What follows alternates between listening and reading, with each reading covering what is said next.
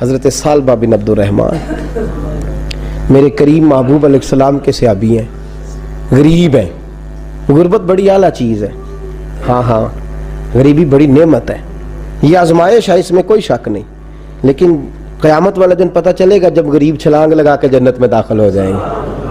امیر تو کھڑے ہیں نا، میرے نبی پاک نے حضرت عبدالرحمن ابن عوف کو، حضور صبح صبح اٹھے تو نبی پاک کی آنکھوں میں آنسو تھے، فرمایا میرے عبدالرحمن بن عوف کو بلاؤ۔ حضرت عبدالرحمن بن عوف آئے تو حضور نے سینے سے لگا لیا، نبی پاک کھول کے روئے، یا رسول اللہ حضور کیا ہوا؟ فرمایا عبدالرحمن رات میں نے خواب دیکھی ہے، سارے جنت میں چلے گئے، تو پیچھے رہ گیا ہے، تو پیچھے رہ گیا ہے، میں کھڑا تیرا انتظار کرتا رہا، میں تیرے بغیر جا نہیں سکتا تھا، پھر تو آیا ہے تو تیرا سارا وجود پسینے سے بھیگا ہوا تھا۔ حضرت عبدالرحمن ابن عوف تڑپ کے روئے، قدموں پہ سر رہا، حضور میری غلطی۔ فرمایا یار تیرے پاس مال بڑا ہے، تجھے حساب دیتے دیتے لیٹ ہو گئی، تیرے بیگ کھل گئے، تجھے حساب دینا پڑ گیا، تو لیٹ ہو گیا، میں پریشان ہو گیا۔ حضرت عبدالرحمن ابن عوف نے 100 گھوڑا مال اوپر رکھ کے حضرت عبدالرحمن نے حضور کی بارگاہ میں پیش کیا، کہا یا رسول اللہ یہ۔ اور پتہ ہے ایک دن کیا ہوا؟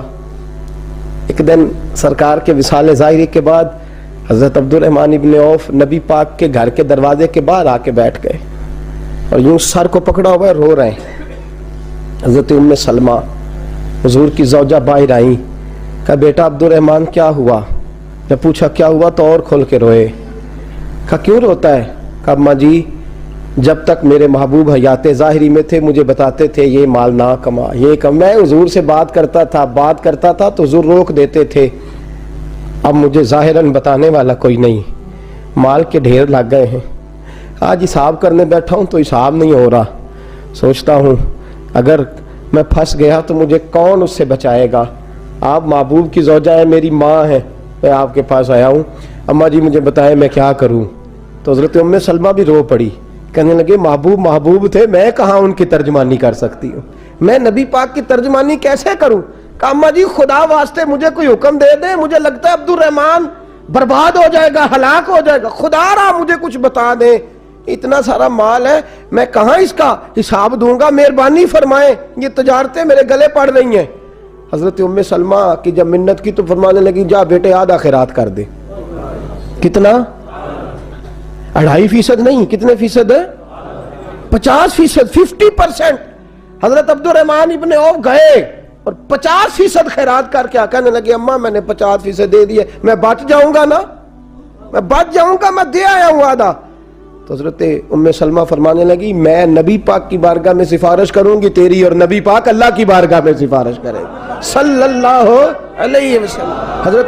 حضرت سالبہ بن عبدالرحمن حضور دعا کر دیں، غریبی ہے، میرے نبی پاک نے فرمایا تجھی اس حال میں ہے بہتر ہے، کرتے حضور نہیں دعا کر دیں، فرمایا تجھی اس حال میں ہے، تیسری دفعہ پھر آ گئے، حضور نے دعا کر دی، 4 بکریاں تھیں، چند مہینے گزرے، کچھ تجارت شروع کی، چھوٹے موٹا لین دین شروع کیا تو 40 ہو گئیں، کچھ وقت اور گزرا تو ریوڑ بن گیا، پھر گائیں بھی آ گئیں، پھر اونٹ بھی آ گئے، پھر لائنیں لگ گئی، پھر ہر وقت حضور کے قریب بیٹھنے کو دل کرتا تھا، اب لین دین کے معاملات تھے، اب ذرا طبیعت تھوڑی پیچھے ہٹنے لگی، تھوڑا دل پیچھے ہٹنے لگا، پہلے 5 نمازیں مسجد میں، پھر زور اثر کی چھٹی، میری طرف دیکھو اور دیکھو میں کیا عرض کر رہا ہوں، پھر زور اثر گئی، پھر کچھ وقت گزرا تو مغرب بھی گئی، پھر اتنی بڑی حویلی کوئی نہیں، پھر باہر جا کے مدینے سے ڈیرا لگا لیا، جمعے کے جمعے آتے، زکوٰۃ کا حکم آ گیا 2 ہجری میں،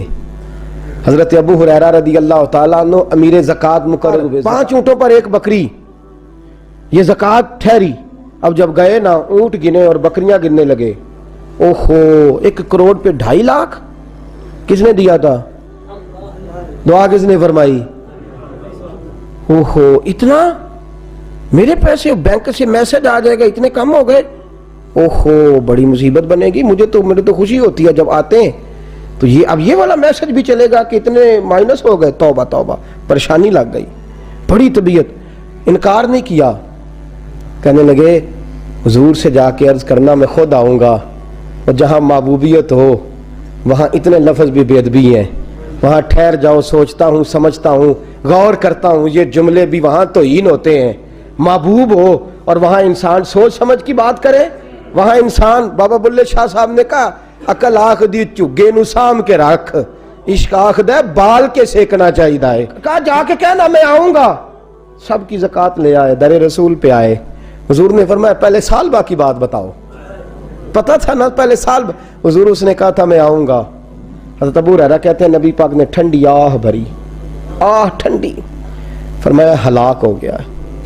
اس کو کہا تھا نہ اس چکر میں پڑ, ہلاک ہو گیا, ہلاک.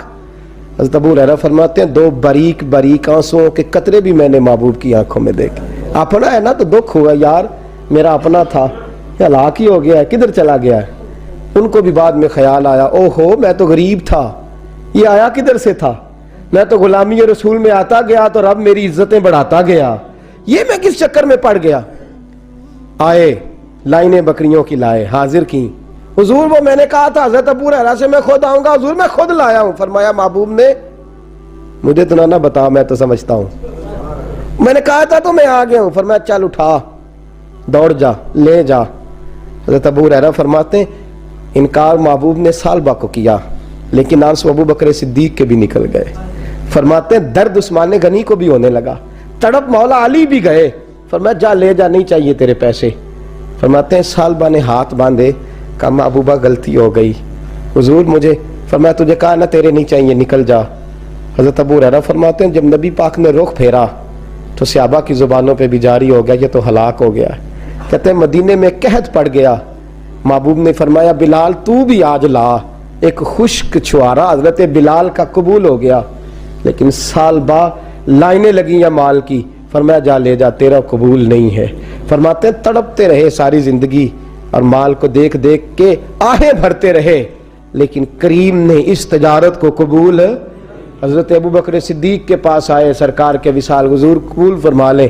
فرمایا ساری دنیا کا قبول ہے, جس کا میرے نبی نے قبول نہیں فرمایا میں کیسے قبول کر لوں. حضرت عمر فاروق کے پاس آئے, فرمایا نہ تیرا قبول نہیں. حضرت عثمان کے زمانے میں وصال ہو گیا.